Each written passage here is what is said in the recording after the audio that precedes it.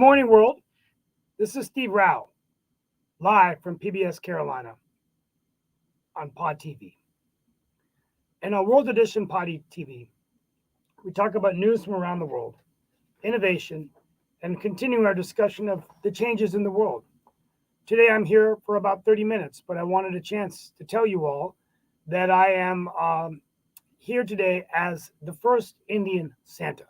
This was our dessert topic today, which we talked about why it's Santa Claus in other stores or Disney could be black or other races, and what it would look like to have an Indian Santa Claus. And I want to let you know that Santa is vaccinated. He's had his booster. He's about 163.5 pounds, and he's ready, running marathons, swimming a mile a day, to deliver gifts and arrive in Morrisville on Christmas Eve. I've been working with the town council and the mayor and the staff and RDU Airport to ensure his safe arrival. And I was encouraged to know that he's using artificial intelligence to be in touch even in more real time, using the data and analytics and the innovation of the new economy. With that being said, today I wanted to talk about what we talked about on Black Issues Forum. I'm here for 30 minutes, and we're going to have sort of an open dialogue. The first thing we talked about, most of the show, was on the Build Back Better plan, the $1.75 trillion package or on social human infrastructure. In this bill, we really broke it down into categories. The $550 billion of investment in the clean energy and the environment, the $155 billion in affordable housing, the $200 billion in child tax credits, which is claimed to be able to lift over half the population out of child poverty. Affordable housing, $150 billion investment, and we're going to talk a little bit about its impact on North Carolina and the Triangle region. And of course, $100 billion in healthcare spending, all kinds of ways. And we're going to break it down category by category today, talk a little bit about each component of the infrastructure bill. And of course, this would cost about $367 billion on the deficit. It would be funded by increasing the tax to 15% on corporations. And also there'd be penalties for pharmaceutical companies that raise their drugs beyond the rates of inflation, the prices of their drugs. And of course, the healthcare bill does allow for a negotiation of reducing prescription prices under Medicaid, capping the costs of insulin, reducing out-of-pocket expenses for individuals as seniors to capping it at $2,000. And I don't want to go breakdown, but at the end of the day, that's the debate of the day. Republicans continue to question the value of this social infrastructure. Well, maybe not the value, but the enormous cost, the amount of money that's being soaked into the system. Inflation, which Shaquille Latimer has said is already existing in the United States. And will this just make the problem worse? Or is it time, as President Biden said, to harness the hard work and ingenuity of the American people? President Biden says there's no greater economic engine than doing exactly that. And he believes that this Build Back Better plan is the greatest investment we've made in the American people in decades, possibly since President Roosevelt's New Deal. Join us today as we discuss these issues, for me, about 30 minutes before I head to a meeting. And we are today joined by Shaquille Latimer from Down Under, Mark Lee, the co-host, and Nick P.O.D and others joining. Ho, ho, ho, Merry Christmas, Santa has arrived. And Sasha Starr, host of Economics Monday, Sasha and Chestar. Gentlemen, welcome here. And we had a good discussion today. I want to sort of break it down category by category. And it was an interesting show, about an hour long, talking about the human infrastructure bill.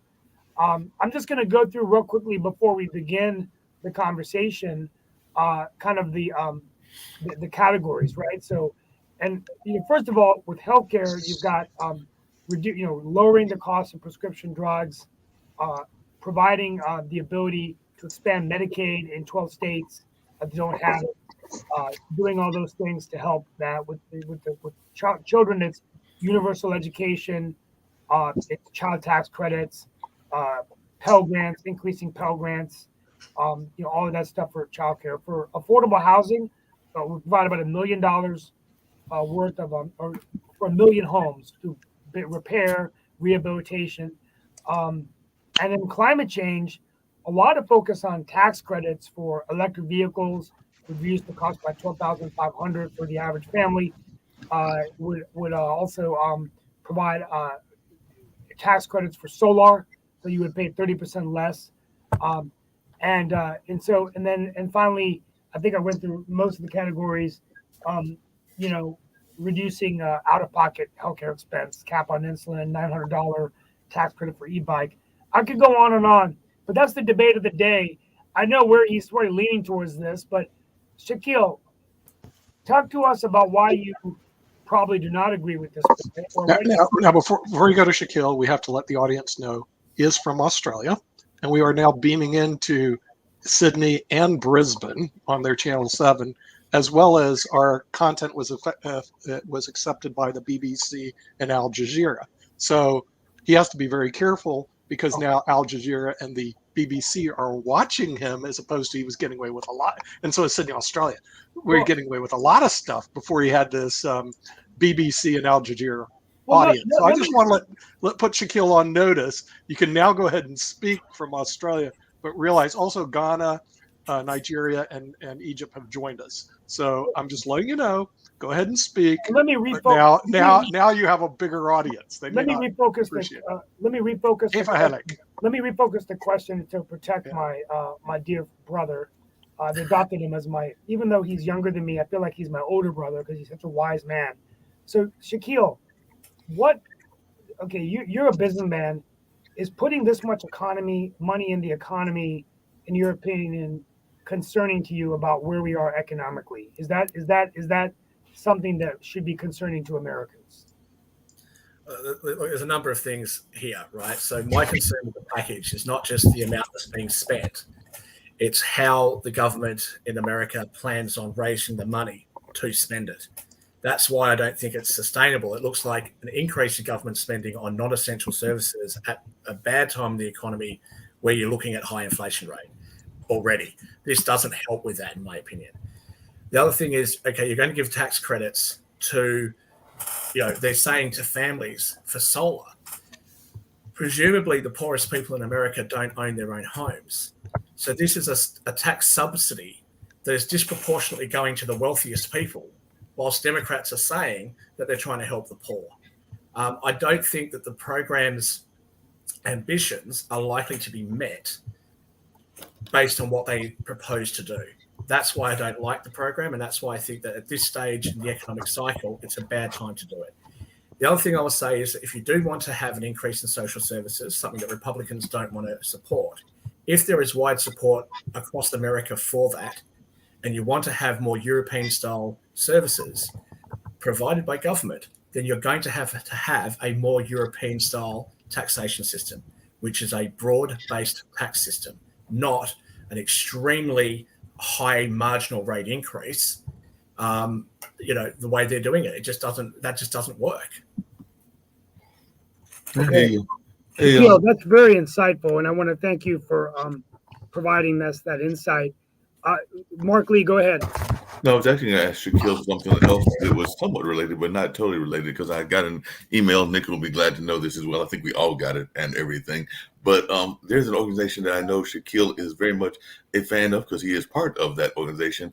And they are now having their first ever membership drive because they're trying to get the first 10,000 businesses to join their association for free, that being the Pacific Rim Business Council. So my question to Shaquille was, why is an organization like this important, and Chamber of Commerce is in general, for those that are listening? Because I was thinking, hey, this is a great opportunity for business people. So when I got this letter from Holmes, I figured I'd mention it in the show, and you can tell folks why they should join. So it sounds like a great opportunity. So I know that you oftentimes talk about being a member of that, so you might want to give people an idea of why they should join. So y'all having y'all's first ever membership drive in 10 years. It's been the first one for a while. I prefer Holmes to actually answer questions about it because he's the founder. I'm only the president. Look, it's a great organization. They've got 500,000 members. I think that, when you have a business council, it's not just about the big members, the big sort of powerhouse institutions. It's a way for smaller companies to be able to tap into an economy of scale. We talk to our members, so there could be something that is affecting a great number of them, and we can then negotiate with government or with other service providers to be able to help them. And it's also a great way for them to network with other businesses. We obviously encourage businesses that tell us that they have, that they're looking for something. we'll often try and hook them up with somebody else in our network. And so there's a lot of trade going on within the community. So yeah, it's something that I like. I haven't actually had a very long conversation with Holmes recently because I've been busy doing some other things. But having this new membership drive, I think is going to be fantastic. Sounds great. Hey, Nick, I know that sometimes I want to join Chamber of Commerce's, even our local one, and sometimes the prices can be a little bit prohibitive for some business owners and everything. So I was just wondering your thoughts about the Chamber of Commerce's in general and why businesses should maybe leap into that and actually get some of the supports that they have and everything. Because I know that you're involved with the Wake Chamber of Commerce, if I remember correctly, and everything. Well, I was part of the one in Whatcom County and Bellingham. But see, here's the thing, okay? I didn't want to promote the Pacific Rim Business Council because they're only letting 10,000 in free. Now I want to get my companies in free, then I'll promote it afterwards. So the thing is, otherwise what happens is that we start promoting it, all of a sudden they got 10,000 members. I come in and then Holmes goes, okay, you pay, buddy, you pay.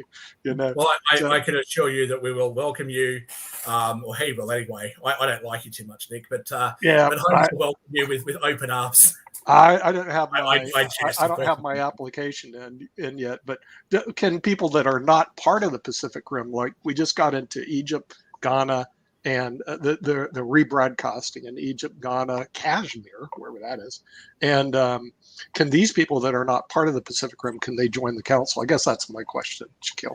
They're not, in other words, they're not physically located there, but they may. That's not really my call. That's for the board to decide. Okay. We certainly if we had members that wanted to join that were outside of the rim, we would be happy to explore with them why they want to join, and we might be able to hook them up with a sister organization that would be better suited to their needs. But we do operate all over the world anyway, by virtue of the fact that we're in the Pacific Rim, so it covers so many different countries. Right. Yeah. Exactly. But now getting to Steve's thing, since he's backstage. Okay, listen, that 1.8 trillion, I am not favored of that at all. Let me tell you something. I put a poll on your friend Joe Biden. He's like 8%. I mean, in LinkedIn, I think he's a good leader. 8%. 27% did Trump. You know, so I think what you're going to see is this thing's going to. I'm betting on it to fail, and it should fail. I think it's a really good for Barry Sanders, AOC, and whoever wants. Giveaway programs to the rich. So let me say that horrible. I don't actually think it's good for AOC and Bernie Sanders and the far left people within the party, because there would be a way to sell this and to put the messaging there. But part of it is, like I brought up, you know, if you don't have a broad-based taxation, if you have a progressive system like the US has, and you know it's dysfunctional because you can compare it to other countries that have advanced economies, you know it's not working the way that it was intended to work. And when the political parties just say, we're not going to fix it, we're just going to keep pushing the same ideas, it's not good messaging. For AOC and for Bernie Sanders to do something good for themselves, they have to appeal to more people, not just their group of supporters. And that's what I fear is happening here. The reason why Biden's approval ratings are so low is because he's not appealing to a wide, broad base of Americans. He's appealing to a very narrow group. This would be the same thing if you had a Republican there who was only appealing to the hard right. If he's turning off conservative Republicans, you're going to have a problem. So if you're left of the hard right Republicans, you're going to have a problem. Moderate Republicans, what I should have said. So if you upset conservative Democrats, you're going to have problems because half the country is going to be to the right of them. I think it's a messaging thing, an imaging thing. I think it's a bad idea. But the other thing is that even if I didn't think it was a bad idea, you still have to get broad-based support for it. Yeah, I think I would support it if they said we support media programs that are based in North Carolina and specifically at my address. Let's go to Sasha Starr. Sasha, what do you have to say? Sorry, you've been so patient. Can you just give us some perspective about this? About Joe Biden, look, he has another 3 years in the office or so. So I don't think he's concerned too much about it. He's not in a beauty contest where he has to dance and jump and sing a song to try to become the most popular person. He doesn't care about that. He's doing whatever he thinks is right.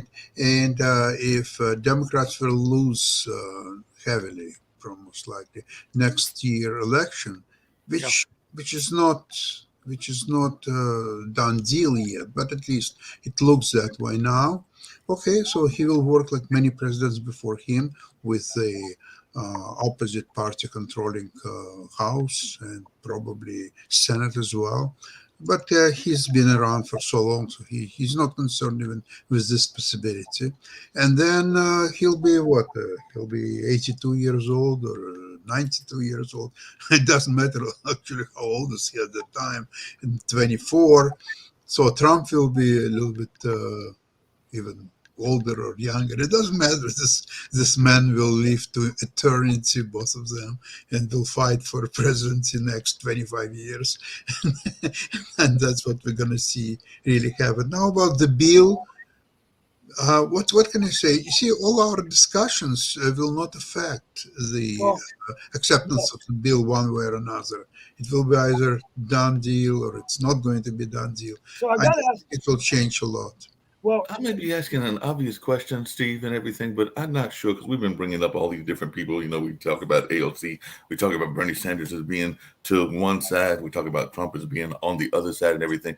But there are these folks that are always in the middle. They definitely have a lot of capital, but I never hear it painted as to whether they are liberal or conservative. But they oftentimes bring up interesting ideas, and I'm thinking about folks like Gates, Bezos, and the guy Bronson, the guy that has a lot of the millions and billions and everything. So I guess my question, and maybe an obvious question to everybody, but I'm not sure, is would they be considered liberal or conservative? Because I'm hearing Bill Gates talking about driving around in electric cars and wanting and getting solar panels on his own personal house and eating synthetic meat and paying for direct air capture by some company called Climeworks and helping finance electric heat pumps in low-cost housing. Those all sound like very liberal ideas, but I never hear them in the context. You know what I think? I think as you get older, like someone like Shaquille Latimer is going to eventually become more liberal, because Shaquille reminds me of my father many times in his perspective, and now my dad, maybe because he's got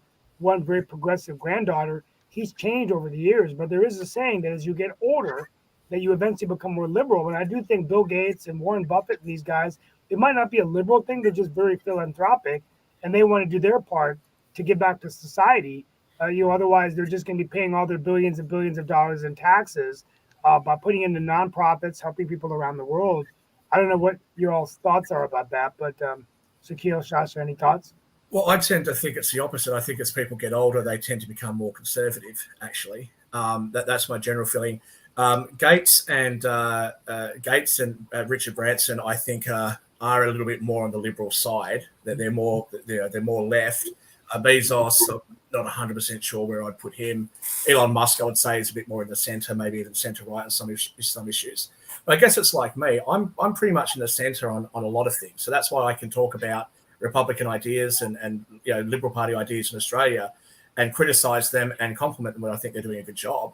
And I can criticise and compliment the Democrats or the Labor Party, wherever I am, because I tend to kind of understand or try to take the time to understand the issues, and then I form my own opinions on them. What I will say is that I think you see a lot of entrepreneurial people that tend to be more libertarian and have more liberal ideals than conservatives. Not necessarily as liberal as hard left progressives, but they are more liberal than conservatives, which would make sense because we're more creative, we're looking for new ways of doing things, we're looking for new business ideas, whereas conservative money is often old money. They're not really too bothered if things change. They kind of like things being the way they are. And conservatives have a sort of, people sort of say the conservatives are boring. All the fun is by those that are looking for change. So, Sasha, quick perspective, and then before I leave, I'll just wrap up with some things going on that we could talk about next week.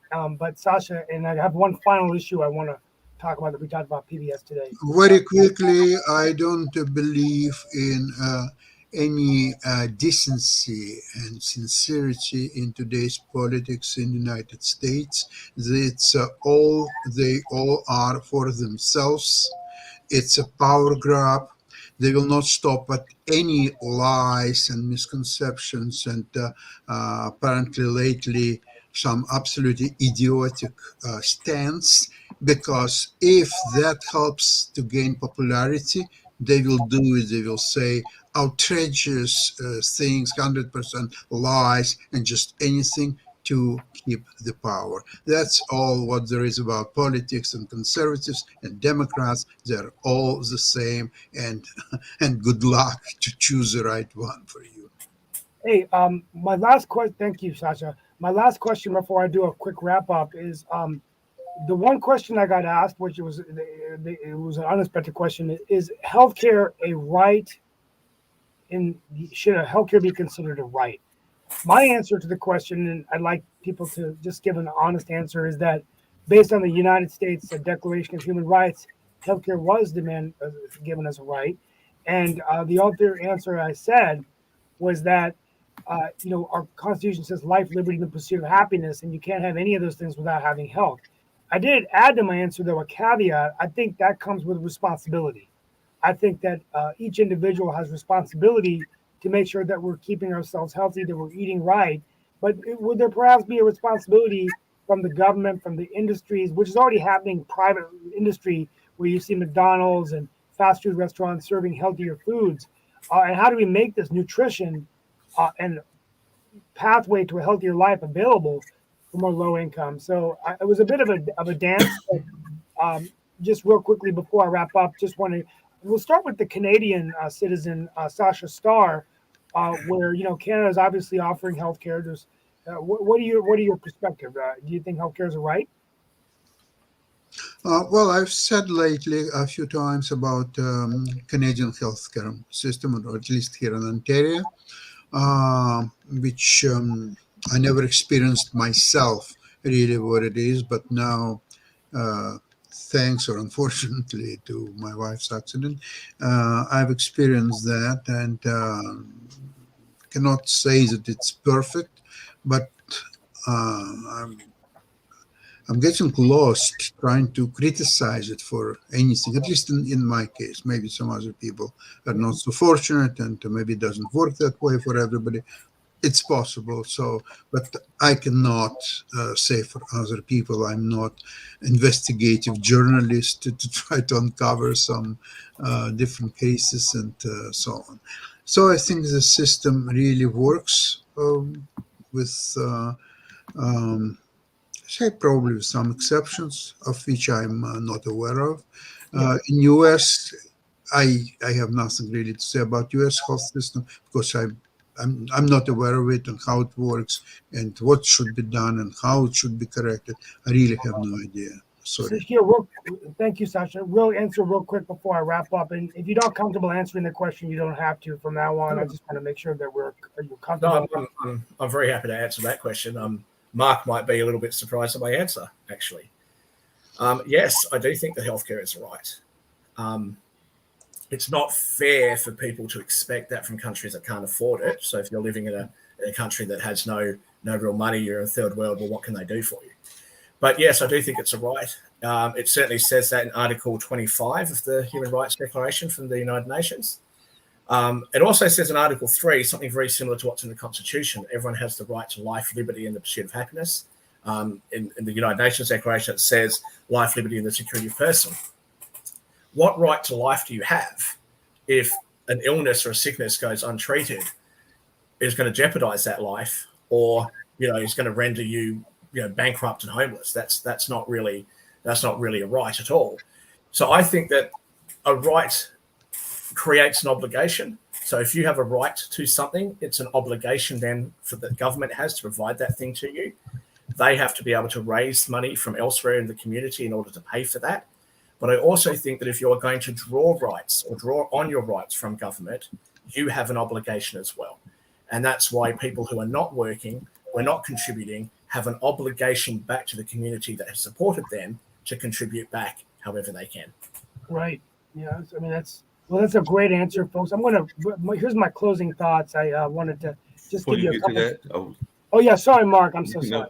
I was going to say that actually I was not surprised by that because actually Shaquille has brought that up a couple of times that I definitely also believe that healthcare is a right, and I definitely think it's something that needs to be worked on. I was hoping that Nick was going to pop back on because I think it comes to something that I know he's very passionate about, which is education, because there used to be a time that I remember healthcare and particularly fitness was very much put into our education system. And from what I'm seeing from my nephews and others, and of course, part of this is because a lot of people being educated at home because of the pandemic and things along those lines, and have gotten used to online learning. I don't know that we're seeing as much of a push of exercise and things of that nature from either our school system, and I do believe in parent responsibility as well. So the parents also need to be responsible in trying to push it. Well, not so much push it, but at least encourage their kids to be physically fit and things along those lines. But I do think that it is something that is very important. And the other thing that I was going to add to that is that if you look at the top lobbies in the country, one of the top 3 or the top 4 is the pharmaceutical industry. And I don't know that, even though I think most of us agree that it's a basic right, that they are going to allow so much of it to happen, because at the end of the day, the more of their product that they can put out, the more of a profit that they can make. And therefore, there may be some encouragement not to have as much of that in our society, because if more people are healthy, it might be less money for that very powerful lobby. Raises the question of what healthcare do you have a right to? Yeah. What exactly do you have the right to? But because Steve has to go, we'll perhaps talk about that after he leaves. I do have a couple of comments about it. Yeah, and guys, I really apologize that I have to leave early today. I am doing my best to pump dollars in the American economy by working still. And I wanted to just go through real quickly a couple of things going on in the world. But we want to thank you for being with World Edition today. And we're going to be back next week to talk about exciting issues we prepare for the holiday season. Maybe a continued follow-up discussion on the infrastructure plan, continuing the situation in Russia and Ukraine, continue to have our debate about the political environments in the United States. Now, the Senate has passed a bill to extend debt relief to the United States of America government. Surprisingly enough, New York City becomes the first city in the United States to allow non-citizens to vote. And perhaps will this be another court case that would go to the Supreme Court of the state? I don't know, because that could have profound implications for elections across the country if you were able to allow non-citizens to vote. I was quite surprised to hear that. Meanwhile, New York's in a flurry because as his last act, Mayor de Blasio has mandated vaccines for all employers. And I had a meeting with a guy that I'm going to be bringing on the show, and he's an executive, a former executive at a major IT company, and he was just concerned. He's got family in New York, and he said it's really tough. But we'll be talking about, I'm going to leave you those issues to talk about today. We'll be back on Monday. Merry Christmas. I got to go get ready to deliver goods all around the world. And hey, how about this? How about an Indian? How about what if Santa Claus was selected by some global body and it was not the same person all these hundreds of years? The Santa was, who would be the Santa on that Christmas Eve? Before you leave, Steve, not to put a downer on your very happy Christmas leaving, but you can't leave without very quickly sharing your thoughts about Jussie Smollett, who's been convicted of 5 of the 6 counts. Say that again. Jussie Smollett. Smollett. Remember the guy who was faking his own. It's been a big news story in the United States. He created a fake race hate thing. I mean, it was weird. Okay, but I have my own thoughts on that one. Well, too. first of all, I haven't really kept up with that, but I think that's any kind of thing where you're using these social medias and a fake identity. I mean, that's a criminal behavior, and I think we've got to stop this whenever we can. And sometimes I'll tell you what happens. It doesn't sound like you're familiar with the case. So he's a gay black actor in a show called Empire, which I've never actually seen. And he alleged 2 years ago that he was the victim of a hate crime, where he had a noose around him and they covered him in bleach and all this sort of stuff. And they said, this is MAGA country in Chicago at 2:00 in the morning. It later came out that the commissioner of police or the chief of police said that he had faked this hate crime for his own purposes. There's allegations that Michelle Obama and a number of other high-profile people put pressure on the DA to drop the charges. The charges were dropped. They were brought back, and he's now being convicted. Okay, well, I'm like I said, I'm going to research that. I'll be ready to talk about the next one. Did want to do, I'll take my Santa hat on in respect to Bad Hair Day. Late Senator Bob Dole, who is the late Senator Bob Dole, who is his funeral is today at 11 o'clock on the lawns of the Capitol. A private ceremony, but I'm sure America will be saddened to lose such a great hero. Folks, it's been wonderful. I will be back next week. Thank you all. Happy holidays, happy Hanukkah, happy Kwanzaa, and anywhere out there in the world, whatever holidays you celebrate. And we will continue to have a wonderful discussion. And if you're watching us around the world, it's great to meet you for the first time, and hopefully many, many more. Thank you. Appreciate it. Shaquille, you said you had some points you wanted to add to the healthcare debate and everything, or the healthcare conversation. Well, I'll just say, look, it's appropriate for any industry to lobby government, right? Of course, they're going to do that. What I just wanted to say about, you brought up pharmaceutical companies. Of course, it's in their interests to make sure their products get out there.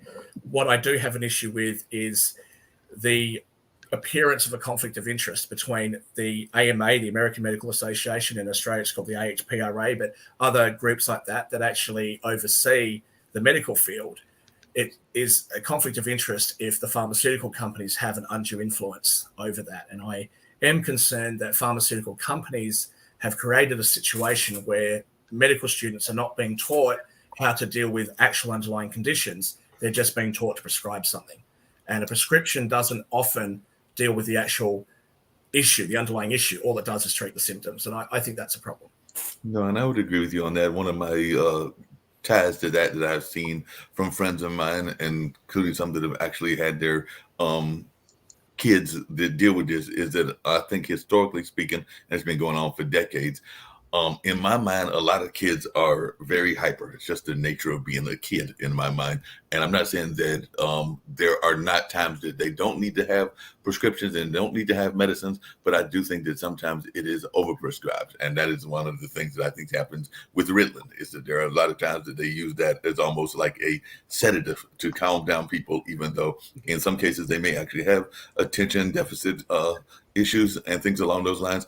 But then sometimes I just think it's a kid being hyper, and then we get them hooked on to these kind of like legal medicines and things of that nature, because in my mind, that is also a conflict of interest if they are being pushed toward putting that out and everything. But Nick, you're an attorney. What are your thoughts about that? Do you think that sometimes the pharmaceutical companies do over-medicate, and sometimes they over-medicate because of the pressures of the pharmaceutical industry? And I'm using Ritalin as one example. Okay, come on, Mark. The opioid crisis that we don't even talk about here. When I say crisis, 100,000 people in the United States died this year of opioid overprescription of the opioid. So we do have a big problem here with overprescribing painkillers and people taking them. Just to digress about Smollett. Okay, the guy's obviously crazy. He should not go to jail. He should go to a mental institution, because if you think what he did, unless you were crazy, you wouldn't do it. And we just don't address mental health issues well enough, Mark. I mean, it's an elaborate scheme to fake hatred toward himself so he gets attention. I mean, it was so bizarre that it could only be a mental case, and that's how he should be treated. But we don't like to treat people for mental illness in the United States. Instead, we just go, "Oh, he's got to go to jail because, come on, the guy." It was bizarre. And so that's what I thought about that on healthcare. But it became very political, Nick. It doesn't matter. Shaquille, it was bizarre. If you saw somebody execute a scheme that crazy, and you say he's not crazy, then you have to check in yourself. I mean, if you think that's normal behavior. I mean, who are you? His lawyers didn't plead temporary insanity, did they? What? So, they did not plead insanity. Insanity defenses can be very hard to uphold, because the thing is, it's so extreme. But the thing is, he's mentally touched a little bit, I would say. And the thing is, he needs to go seek counseling, because his whole behavioral patterns are bizarre. And this is a problem because it's a spectrum. Mental illness is a spectrum. It's not like you're crazy or not. You're on the spectrum, and he's heading off the cliff on the spectrum. But our court system, since we're talking about judicial system, doesn't recognize it. We're colorblind, but we're supposed to be colorblind, but we're also mental illness blind, and they do not see it. They do not treat it, and that's been going on for decades, if not centuries. And that's my opinion of that. And in terms of healthcare, yeah, we should have a universal healthcare in the United States a long time ago. We still have a cost problem. Mark, and I don't know how we're going to address it. Mm-hmm. Just recently, the Wall Street Journal, if you're graduating from medical school today, you're coming out with like $400,000 to $700,000 in student loans.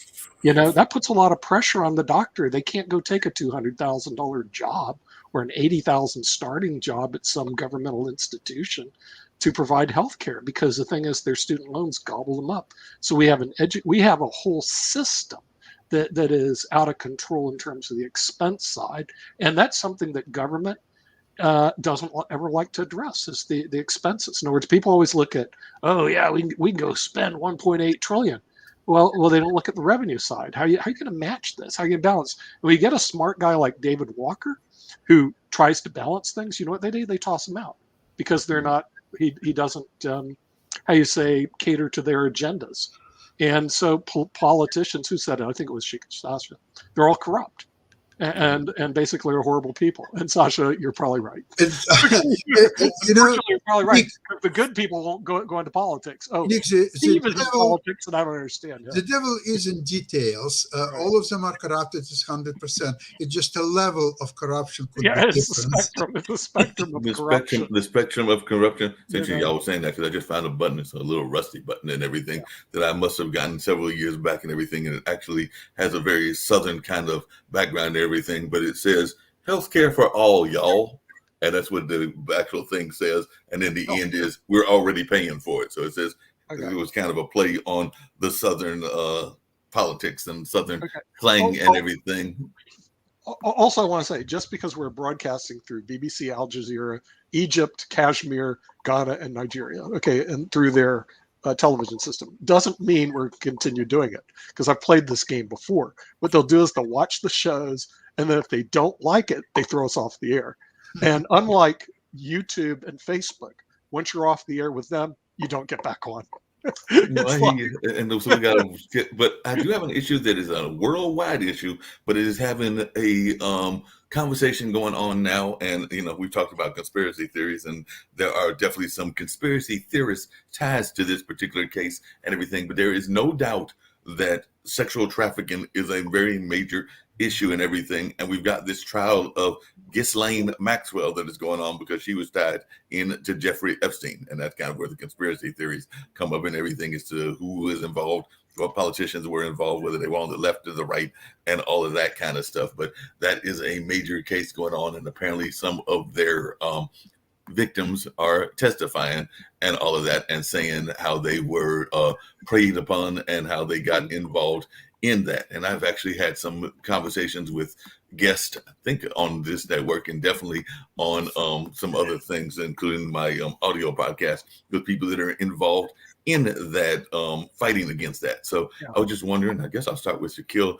and Sasha, since they can give us an international Are they our subject matter experts on this? Is that what No, I was just going to find out what they think about how wide a problem this is. That's why I was going to go to what we're hearing about it from an Australian perspective and a Canadian perspective in terms of sexual trafficking. I have heard Shaquille mentioned it a couple of times just in our general conversations and everything, that it is a worldwide issue. So I was just wondering how widespread it is and what we should do about it. Because it seems to me that I've heard a lot of people say it's very widespread issue. You talked about opioids. This is an issue that I don't think gets enough coverage, but I was just wondering y'all's thoughts about that. Well, look, this particular case is a little bit different to the norm, right? So we're talking about very wealthy people who preyed on less wealthy people. It's not quite what I think people think of when they think about sex trafficking and human trafficking in general, which is that people are taken or tricked and then kept by force and taken to other places to perform labor or provide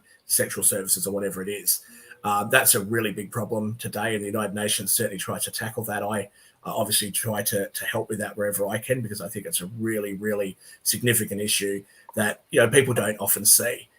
This particular case, though, whilst it's arguable, I think she's been charged with being involved in trafficking, but I don't think this is quite the same sort of thing as what people normally think of.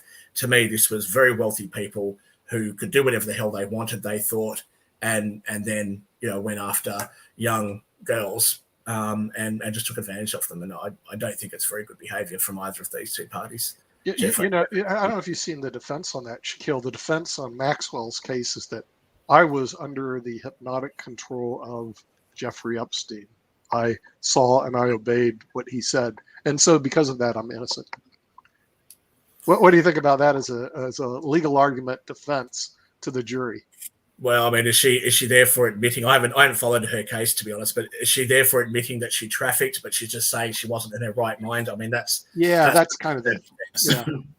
That's an absurd defense. And in the documentary that's on Netflix about this, the girls actually said that she was very involved and that she, did things herself and stuff like that. So, I find that difficult to believe. But look, I'm not going to comment on a case any further than that. That's before the courts. Let the courts decide, and I'll have more to say about it. But as I said, it sounds to me, certainly on Jeffrey Epstein himself, it just sounds like he's some rich dude who just wants to do whatever he wants to do. He doesn't care about other people and the consequences to other people. So, what's your take on it, Sasha? I wouldn't take the position that it's because it's before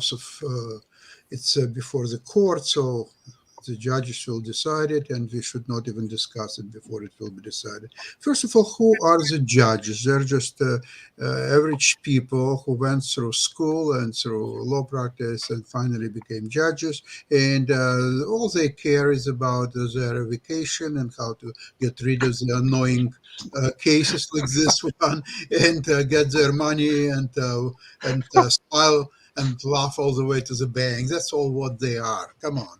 Now, the fact is that we know from testimonies that such powerful people like Clintons and, Clinton, singular, and, by the way, our friend, what's his name, Donald Trump, they flew to this wonderful islands and had all this joyful rides with Epstein and his little girls and so on. But you know what? At the end of the day, if there is a demand, it will be satisfied one way or another, legally or not so legally or so on. There is demand, let's face it, and that demand will be satisfied. It will cost a little bit more money if you do it legally. Maybe the prices will be higher, maybe the situation will be different or so on, but it will be satisfied, trust me. Well, I need to jump in here and defend the judges in the United States of America. Sure, please do. Because I've been in front of a lot of them, and I've actually worked for a tax court judge, Bob Weary's been sitting on the bench for 15 years, got renewed. One of my two of my classmates are on federal benches right now, and so I went to school with them. Let me tell you, and you'd have to understand the personality type to become a judge, which isn't me. These people, Sasha, they spend enormous amounts of hours in the law library studying every little gory detail of the law. They work their butts off. I mean, they literally work like 12 hours a day, which I did my first year of law school. Wait. 12 hours a day is working your butts off? Try being a nerd. Try being a business. I don't want to hear from the retired hedge fund manager. They would. But really, okay, Shaquille, it wasn't my idea. My idea of a good time is to work 12 hours a day, 7 days a week, which is what they did. That was their half day that they put on. I mean, these people sweated over all the gory details of Nick, they have nothing better to do. They didn't have a life. You have to imagine they're chess grandmasters, except they don't study chess. They just study the law, and the law is it for them. I mean, there's nothing beyond life and the law. So maybe there's nothing else they can do in their lives. That's why they are doing it. Used to do it. But then there's also different levels of judges. You start out like with a magistrate, and they're just getting they may not, the ones that you see most of the cases aren't the best and the brightest that are sitting on the bench, because they're the entry level trial judges. But as you move up the system, these guys are really good. I mean, they know their stuff. But at the same time, a lot of that, the decision making isn't even done by the judges. The facts are done by the jury. So the jury is deciding the facts. All they do is say, okay, here's the parameters of the law. You guys make the decision, especially in the criminal cases that you're seeing. You know, if you go into the civil law system, most of them are settled on summary judgment or prior to trial. So you don't even, the judges do make the decisions. You're not even getting there. So with that, I'm just saying the personality type is something that you would find. It would be like Shaquille goes, all I do is study the market and look at these. Oh, wait, he does that. I'm sorry. 12 hours a day looking at spreads. I mean, Hey, Nick, well, one some thing, sort of a sickness that yeah, they have. and Nick, entrepreneurship can sometimes be a sickness as well. I've actually been in That's some true. rooms and with some of my clubhouse peers, that app and everything, Okay. and I can tell The you bottom that line sometimes they are up yeah. and working, as Shaquille just Okay. mentioned, Well, they're working like 16, they were, 18, yeah, no. 20-hour The days. bottom line is successful people are sick people. That's So, the bottom line. Okay. So the more money you have, the more sicknesses you probably have, and you just don't know it. And let's take a look at who's that guy, Elon Musk. The guy's out of his mind. You know, he works like a crazy horse, and he doesn't really have a life. I mean, the guy is a sick man. He needs to be institutionalized as soon as possible. I hear And you, his but life will be better. Nick, but yeah, you know, Nick, I would propose one thing, one test for judges and politicians in general. I would propose a test. How about little chess game? They Oh, need to be objective. okay. The chess game Okay. is the fairness, Most number most one. most of them are horrible, but every now and then you get somebody who's good. But usually I find them they're lawyers. Like the guy who's he's the state attorney of the state of Washington is actually the former state chess champion.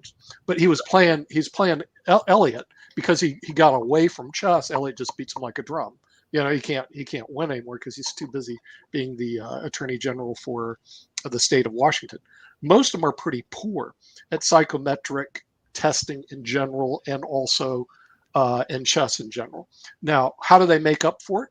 They work 12 hours a day. I mean, you know, the fact is, if you work 12 hours a day, you can probably be good at almost anything, you know, and so that's really what they do. So in terms of chess, by the way, the guy from Play Magnus apologized. He had family things. I gave him this today, and he probably has some more issues. But Alex C. Volokov, she might, you know, I don't know if I may have sent her your Saturday show. She might show up, she might not. You never know. And also, if she's not, maybe I'll try to get her on Monday so we can find out what's happening with the World Chess Championship. I think it's over, but It's yeah. almost done. He's winning today's game. Oh, then it'll be over by tomorrow. Yeah, it should It'll be be over today. next 10 So minutes, it's over. maybe before we So finish. it's all over but the crying, so we can just do a lot of post it's all over but the crying. I like that idea. Speaking of all over but the crying, as one of the last things I was going to get to in terms of issues and everything, there was a big spike recently in the inflation. So should we be concerned, those of you that are into economies, because they just said that there was a 6.8% jump in November from a year ago, and that was the strongest inflationary burst in generations. Now, there was a time maybe in the 80s there was up to 14%, so we're a long way away from that. But I'm just wondering, is this something that the common citizen needs to be concerned about as we are having these bolts? Come on, Mark, it's a tax on the poor people because the inflation doesn't affect rich people. Matter of fact, rich people get richer, you know, because they have assets in real estate like I do and other people that I know. And so the real estate values go up. But the poor people, unfortunately, the goods and services that they take cost more. And the solution is not what Joe Biden's doing. Let's spend 1.8 trillion and give it away to people that are basically well off. You know, it's a horrible solution. There's a couple things in there that are good. So don't get me wrong. There's always a couple good things that are good and a lot of bad. Let's go focus on the good. No. 1.8 trillion spending will be more inflation, more tax on poor people, because think about it. They pay more for their goods and services that everybody uses, because that's what inflation is built on. You see what I mean? Now, for real estate owners, you go, hey, I'm worth more. I feel better about myself. For stockholders like Sasha, hey, inflation's good. Look, my market values go up. For poor people, they're screwed. So, By the way, this inflation figure is not Market's that great. significant. It's only 6.8%, and last month it was 6.7%. So what is 0.1%? It's quite meaningless, really, on the bigger picture. But look what's happening in Turkey right now. Did you see? I'm looking for advantages in Turkey right now. Sasha, did you see the lira? It went like, it's in a nosedive. Their currency is in a nosedive relative to U.S. currencies. So I'm looking for advantages to go out to Turkey right now, which I didn't want to do until I saw that. But at the same time, it has not reflected on air prices, travel, etc. yet. And part of it, if you ever look at air travel, I believe there's anti-competitive spirits in air travel right now. In other words, the airlines all get together and they go, okay, here's the price. Let's not stay too far away from each other. There is a cheaper way of involving in Turkey than to travel there and to figure out what are the right people to deal with and how not to be screwed by people or government of Turkey or so on. Just to buy Turkish lira. And hedge against dollar, and that's probably a much easier way. You'll save a lot of time. I'd rather be in the dollar, but see, I don't mind going out there, hanging out in Istanbul, and eating at the restaurants cheap. And so, in relation to inflation, that's another way of looking. It's important not to blow the inflation out of perspective. Of course, there's going to be some inflation year on year because people are coming back to work in the United States. The economy is opening up a bit more. So, of course, there's going to be some inflation that's down to that. But the concern is that there's a lot of this inflation that has come from a massive increase in the money supply by the Fed and a massive amount of increase in government spending by government. And this new plan that Joe Biden has that he says is going to cure inflation, that never works. You cannot spend your way out of a recession, and you can't spend your way out of inflation. That just doesn't make any sense. One of the things that might help the United States deal with this from a macroeconomic perspective is that if other currencies continue to fall, as they have done the last few days, last week, against the US dollar, then the US might be able to absorb some of their inflation and some of their spending because of the fact that the oil is pegged to US dollars and all the Middle East currencies are pegged to US dollars. And it's a world reserve currency. But past that point, whatever can't be absorbed by that, if you have a high US dollar, eventually that's going to put a lot more buying pressure on commodity countries like Australia, somewhat Canada, and some others. And you will start to see the US dollar fall in value. When that happens, if the Fed hasn't been able to get off their balance sheet some of the assets that they've acquired that they still hadn't got off their balance sheet from 2007-8, this inflation could be around to stay. And the concern with this new spending plan is whether you morally agree with it or not, I don't think it makes sense for the economy for exactly the reasons that Nick just said. One, if you're assessing the value of a company, you look at what its assets are, and then you value the company on that and everything else that you're paying for. If a company says to you, we want to do a capital raise and we're going to spend that capital raise paying out our executives bonuses, you're not likely to want to put money into the company to do that with. What the US is doing is they're saying, we're going to borrow all this money and we're going to spend it on things that don't have a tangible value to it. It's different if you're building bridges and roads. Yeah, what's your ROI? Okay, I'm with you. There is if you inflate too much, the people that you're trying to help, the poor that you're saying you're going to help, they're going to be worse off because everything else would have gone up in price. Yeah. Flashing news. Magnus Carlsen just won this game today and thus defended his title. It's over. With great advantage of 4 wins and 7 draws.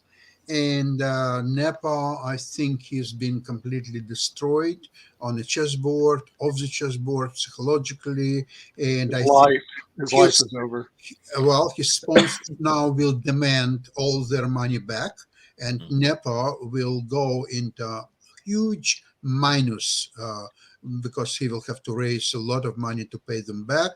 And his story is really regrettable. This is what you get when you play so poorly. Like there is no match in the history of the World Championships where contender would play as poorly as Nepal. Shame on you, Nepal. Shame on Nepal. Whoa, that's shame on him and everything. Sasha, I agree with you. And this is, remember, the World Chess is actually seen worldwide. I don't know if you saw, it's actually comes out of where is it? It's not Dubai. Dubai. Okay, they're actually playing in Dubai. The stadium is full. The world watches. It's like soccer, except the United States of America, where Steve goes, let's go back and talk about inflation. The whole world though is watching the World Chess Championship. Yeah. And No, we're following it. the world Magnus is definitely Carlsen just watching, won. and I know there's a lot That of chess might be the fans reason that Play around the Magnus world. didn't get on. Do No, you it's know Black that, Magnus didn't get on. just one word. Do you know that the World Chess Federation, known as Yeah. FIDE, is the second largest sport organization in the world after soccer? That's what I'm saying. One, Yeah, people chess don't number realize two. it's America. See, America is so. I'm going to beat up the United States of America. So anti-intellectual that they think is they poo-poo chess. They go, isn't it like checkers or tic-tac-toe? Okay, it Well, shows what no, idiots they part of really the problem are. is It's embarrassment. it is Steve, embarrassing. Steve, this But is why all world is laughing at America. Of When course, you're yeah. talking about No. America I intellectual. have a whole story about the university I went to, the University of South Florida, when we won the Pan American. Okay, they instead they defunded us after we won the nationals. Okay, well, we got put more into basketball and the gay organizations, so we can't give you any money because our basketball team's going to be wonderful. The University of South Florida ain't good at anything, and especially anything intellectual. And unfortunately, I got 2 degrees from that. Augusta well, you got a institution. degree from there and everything, and 2 I got degrees, a journalism degree. maybe But what 3. I was going to bring up really 3. quickly, one of your other standpoints, and before we get off of here and everything, one is that sometimes, just a real quick observation, is that sometimes people think of, and I love chess, but some people think of it more as a game than a sport, and that's a whole other debate that we can have as a conversation. But I do agree that it is a sport and it should be viewed as a sport, but a lot of people think of there as being a differentiation. But I was going to come to something that I know is a passion of yours as we wrap up and everything, which is accountability of journalists. Because recently, earlier today or yesterday, we had 2 journalists that were awarded the Nobel Peace Prize, You're kidding. Maria Ressa and Dmitry A. Molotov, and they used their acceptance speech earlier today to express alarms about the threats to democracy and the calls for greater accountability for social media companies that they say are dividing and radicalizing society. So Ms. Risa, who apparently is from the Philippines and is the chief executive of Rappler, in her speech, she said social media companies still operated with impunity, and she actually blamed a lot of that on what happened on January 6th on things around social media. And she says these American companies controlling our global information ecosystems are biased against facts, biased against journalists, and they are by design dividing us and radicalizing us. Absolutely. Mark, absolutely agree. As a matter of fact, the January 6th was not reported correctly at all. In other words, and I'm not a Trump fan, but I'm not going to crucify a guy for stuff he didn't do either. And so the thing is, it's really sad. You do not get objective media today by any legacy reporting. And this is going to be part of our discussion on Media Monday, Instagram versus legacy media. The legacy media is trying to pull down Instagram, and a lot of it is fake. It's not fake news, it's how they're doing it. In other words, they're targeting Instagram like it's this big, I was on it yesterday. I'm going, what are they talking about? I still haven't got the arguments. But you know why the Democrats are all against Instagram? Their spouses all work for CNN. And Breitbart pointed it out. And I'm going like, Breitbart or whatever the heck they are, some thing. I'm going like, whoa, it's almost like the Democrats own CNN and half media. And so what they're doing, legacy media, is trying to take down social media because they're a threat. I mean, that's just the realities. So I want cogent arguments. I haven't seen any. Notice nothing is going in front of a judge because the judge wants cogent arguments because unlike Sasha, these people are legal nerds, seriously. And everything's going in front of the media about Instagram. Everything's going in front of Congress about Instagram. Nothing in front of a court. You know why? They don't have anything. That's the Nick, but You're at the also about January 6th, a lot of new information just came up lately. Also, don't forget that they are still doing very active investigation of everything. Yeah. Now, of course, I know. it is political. Right. I'm defending Instagram. I'm defending 100%. Trump. And it's nothing to do with Instagram. What they're preparing now is a series of a public hearing. It will be from 9 o'clock in the morning until 6 in the evening every day. It will start probably around May or June or maybe even July, right before the midterm elections. So to show what Republicans are all about, that they were scheming and planning, take over the power, and in fact install Trump instead of elected President Joe Biden. And they had a plan. No, Well, seriously. good. No, Yeah, I hear Yes, there's we you. all different know facts to the that. table. Okay, it hasn't been proven in front of the judge, and the judge will say, "Blah, blah, blah, blah, blah, yeah, yeah, yeah." I need facts, not Or he'll say absolute nonsense. We'll see. incidental evidence and innuendo. Facts, Yeah, counseling. no, Facts. There facts, will be facts, and facts. everything. There will be And Let's facts. see the by the facts. way, There are already facts. We don't know a lot about Right. at what stages the investigation is. But from some interviews, from some leaks from here and there, I have no doubts about that the whole operation was planned by Trump and his enablers and helpers, and people on the highest level of governments were involved in planning what's happened on January 6th. But it will all reveal. You don't need me to defend them. Yeah. But the thing is, if it was the most stupidest thing I've ever seen. Because let me tell you, Sasha, this isn't, what is it, 1918 in the Bolshevik Revolution under Lenin, where you actually go into a capital and you take it over and you take over the country. That's not how the system works here. But wait, So that's good for the But other okay, if century, he but got not stuck, today. they get stuck What a- because Pence refused to do what he was asked to do so. But if he did, and I don't see any reason, maybe he even regrets now that he didn't. But let's see if he did The and courts would toss do his exactly refuse courts to would toss his testify. butt out. I mean, I don't Sorry? see. hey, No, the court will be delayed for the next 5 years and so on, and subpoenas. You know, again, Trump would be easily ruled for another 4 years before court would even say a word about what's really happening. So no, I here's hear the y'all Trump, and here's the everything. Hey, president. Sasha Divided and the power. Shaquille and Nick, we got to wrap up and everything. But I was Okay. going to just really make really quickly. Apparently, Mr. Martov is only the third Russian to win the Nobel Peace Prize after the former Soviet leader Mikhail Gorbachev and the physicist and dissident Andrei Sakharov, who won in 1975 for his human rights advocacy. And he did use this acceptance to talk about the politics going on between Russia and Ukraine. So we can bring that up on the episode on Monday. But he did use it as an opportunity to talk about that in his speech and about what can be done in his mind in that conflict and with Russia and Russian politics in general. So just put that out there for folks, and they can go back and he wrote what he had to say in that regards. Sasha, you had a final thought? Please final thought, don't miss tomorrow's chess program on IBN TV at 3 o'clock. We will, the name of the title of the program is What's Really Happened at Dubai. Okay. Now that the match is over, I'm so confident, because if match would be still continue, you know, there is always uncertainty of result or so on. So, but when I sent my name of the program to Grandmaster Marin, and I said that the match is almost over and we'll discuss all this, so Marin replied, the match was over before it started. Yes, that's what I said. Okay. Sounds Perfect. good and everything. So we're getting ready to get on out of here, and we will see y'all on Monday. But we'll also be catching you on Sasha's show tomorrow as well. So on that note, we're out of here, and of course we've got other programming here later on as well. So hope everybody has a great weekend, and I know I'm gonna be catching some sports events. Hope it gives me a better relief than those games I watched yesterday, because those are giving me like a little headache since my team tried to give away a game. But we'll talk about that on sports later.